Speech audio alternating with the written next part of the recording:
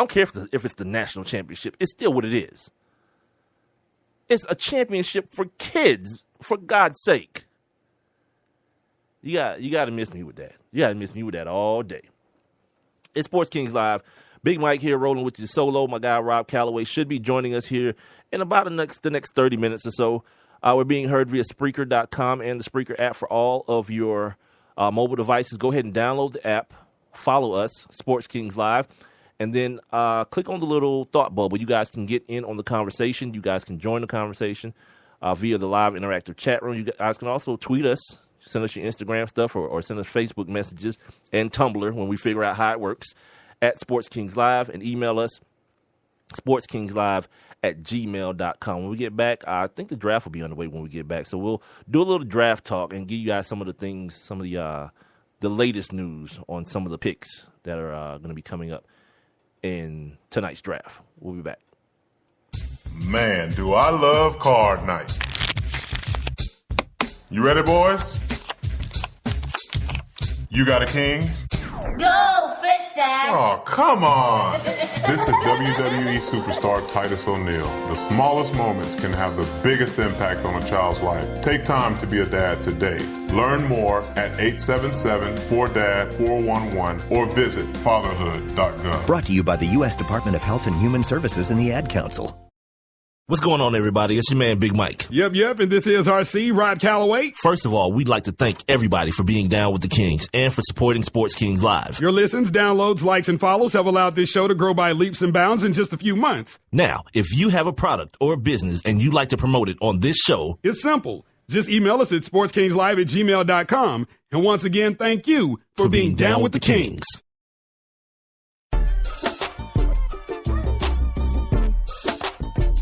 Let's go! Yeah! Turn up! Yeah! Sports Kings Live, Big Mike, Rob Calloway joining us shortly. Had a little situation had to take care of for the first hour of the show, so hopefully he'll be joining us for the second hour. If not, you got me. I know. Pick your head up.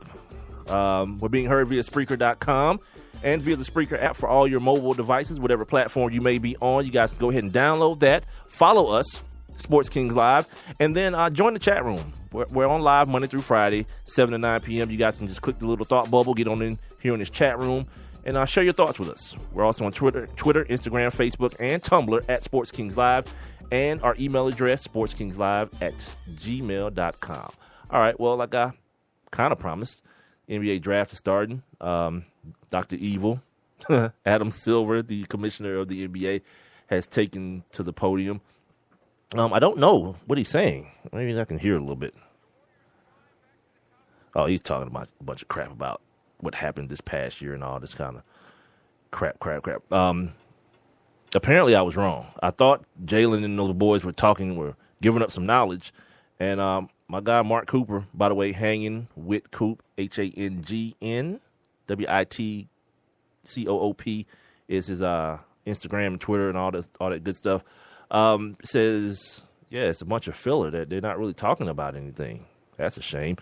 Anyway, start out the first hour giving you guys an update on the Puff Daddy situation, as well as an update from a story that was a couple months ago. The Jackie Robinson West Little League team, they're actually headed into litigation with Little League International about, as far as them being stripped of their national championship. Okay, before we get into this draft talk real quick, because I think it's about to go down here in a second, let's knock out on this date real quick. It's the Sports Kings. On this day. All right, ladies and gentlemen, for those of you who join us daily, this is our daily feature where we take a look back in the world of sports and tell you guys some of the history that was made on today in past years. On this day in 1918, Babe Ruth became the second American League player to hit a home run in 4 consecutive games. On this day in 1921, Jock Hutchinson became the first U.S. citizen to win the British Open, which I think is the next major here, as a matter of fact. This year, I should say. On this day in 1968, Bobby Bonds, Pappy, dad of Barry Bonds of the San Francisco Giants, hit a Grand Slam home run in his first game with the Giants. He was the first player to debut with a Grand Slam. On this day in 1985, ABC's Monday Night Football began with a new lineup. The trio was Frank Gifford, Joe Namath, and O.J. Simpson. Like two of those names. Two infamous characters. Drunk-ass Joe and murdering-ass O.J. On this day in 1985, the New York Yankees officials enacted the rule that mandated that the team's bat boys were to wear protective helmets during all games. What, that just happened in 85? I guess dudes was getting knocked out. But did y'all see that dude the other day with the baby? That guy and the guy who had his baby sitting there, like a 2-year-old sitting there, balls coming at them. This D-bag is covering up while a home run ball is coming straight for his 2-year-old baby's head. Luckily, he had a boy with some stones, like a 7-year-old, 8-year-old, had a glove, made a wonderful catch and saved his little brother's life. Like, God, that's immediate divorce. Yeah, if your mom at home watching that, the papers need to be drawn up by the time they pull up in the driveway immediately. Where am I at? On this day in 1997, the NHL officially approved expansion to 30 teams by the year 2000, with the announcement that new teams, Denzel tier, let one go, in Atlanta, Columbus, Minnesota, and Nashville. Yep, Thrashers came to town and they left almost as quickly. On this day in 1997, Michael Johnson's 8-year, 58-race winning streak in the 400 meters ended with a 5th place at a Paris meet. Damn, like that dude went from sugar to ish, didn't he? 5th place.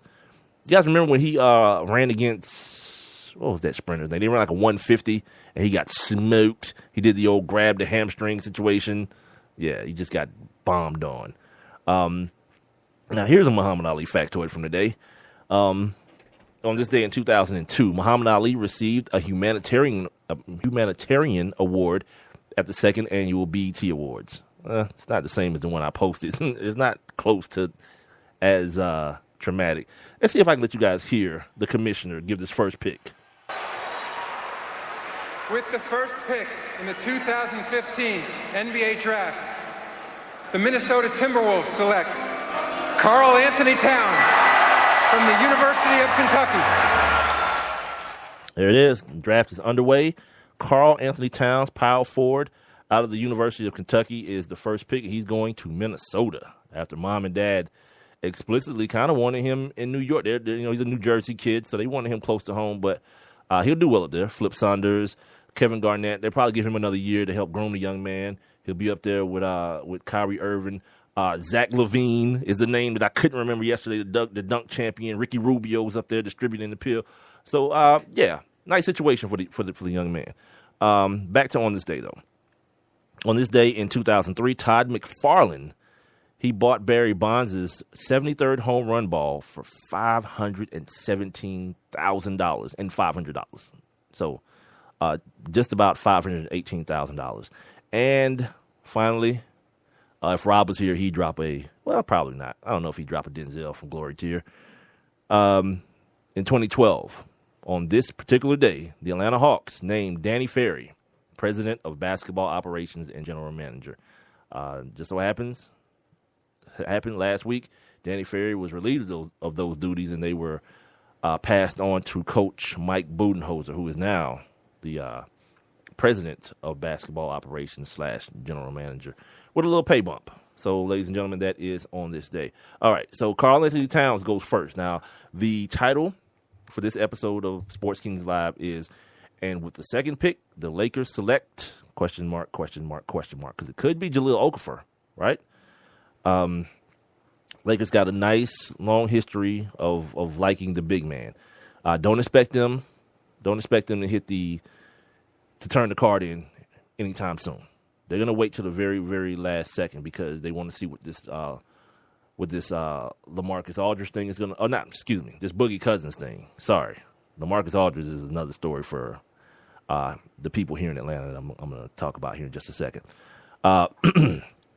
Excuse me. But so yeah, either Jaleel Okafor or the D'Angelo Russell kid from Ohio State. Now, two totally separate athletes. You got the big man with all the offensive game. He's probably going to struggle defensively early on because we saw him struggle defensively at Duke. He's going to have to get stronger. He's not going to have to put on 20 pounds of muscle, Ramona Shelburne. It's like you turn this dude into like a bodybuilder, an animal. No, but he's going to have to get just naturally stronger.